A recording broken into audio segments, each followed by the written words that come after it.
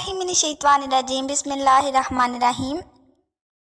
ससी पन्नू की दास्तान सबसे पहले ठट्ठा के सैयद अली ने मुगल बादशाह शाहजहां के दौर में फ़ारसी में लिखी और शाह अब्दुल लतीफ़ बटाई ने 17वीं सदी ईस्वी में अपनी किताब में ससी पन्नू की दास्तान लिखी। ये दास्तान बाद अज़ाम बहुत से मुसन्निफ़ीन ने लिखी और हर लिखने वाले की दास्तान में फ़र्क मौजूद है। अलबत्ता दास्तान का खुलासा ये है कि बनबूर के बादशाह के यहाँ चंदे आफ्ताब चंदे महताब बेटी की पैदाइश हुई। बाज़ दास्तानों में है कि बच्ची की पैदाइश महापंडित के घर हुई। बच्ची का नाम ससी रखा गया। ससी की पैदाइश पर इस वक्त के नजूमियों ने इसका जायचा बनाया और बताया कि ससी जवानी में किसी शहजादे से इश्क करेगी और ख़ानदान की बदनामी का बायस बनेगी। ये सुनकर ससी के बाप ने लकड़ी का एक संदूक बनवाया जिसमें ससी को रखकर दरिया में बहा दिया। ससी का वो संदूक दरिया में बहते बहते धोबियों के हाथ लग गया और वह संदूक अपने कबीले के नेक सीरत धोबी सरदार के पास ले गए। धोबियों का सरदार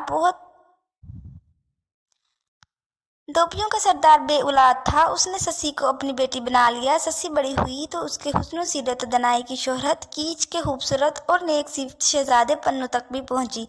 कहते हैं कि पन्नू अतरियात और खुशबू के सौदागर के बेस में ससी के इलाके में पहुंचा और बिलाहिर ससी के इश्क में अपने आप को धोबी साबित करके ससी के बाप से इसका रिश्ता हासिल करने और शादी में कामयाब हो गया और बनबूर में ही रहने लगा। शहजादे के साथ ही इसे दुल्हन के साथ वापस चलने का कहते, लेकिन वह टाल देता। जब पन्नू के बाप तक खबर पहुंची तो उसने शहजादे के भाइयों को शहजादे को वापस लाने के लिए भेजा।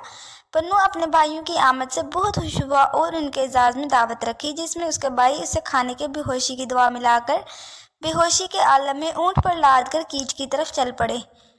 ससी और उसकी सहेलियों और बाकी लोगों को होश आया तो ससी ने बेहतियार अपने शोहर पन्नू के फ्राक में उसकी तलाश में सहरा की तरफ दौड़ी, जहां एक चरवाहे से पन्नू के काफिले का पूछा और चरवाहे की नज़रों में अपने लिए हवस महसूस करके रब को पुकारा कि ज़मीन को हुक्म दे कि मुझे अपने अंदर पनाह दे दे ताकि इस चरवाहे की हवा से मेरी अस्मत महफूज रहे।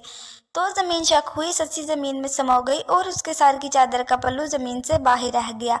उधर शहजादे पन्नू को होश आया और जब इसे सारी बात पता चली तो वो भी अपनी ससी के पास जाने के लिए पीछे को भागा तो देखा सहरा में ससी की चादर का कुछ हिस्सा नजर आ रहा है और पास एक चरवाहा बैठा है। पन्नू ने उससे ससी का पूछा तो शर्मसार चरवाहे ने सारा हाल कह सुनाया तो पन्नू के मुंह से चीख निकली ससी और ससी के ज़मीन के अंदर से आवाज़ आई पन्नू और साथ ही ज़मीन चक हुई और पन्नू भी अपनी ससी के साथ ज़मीन की आगोश में चला गया और ऊपर ज़मीन दोबारा बराबर हो गई और चरवाहा उस सच्चे इश्क को देखकर तायब होकर ससी पन्नू की कब्र पर मुजावर बन गया।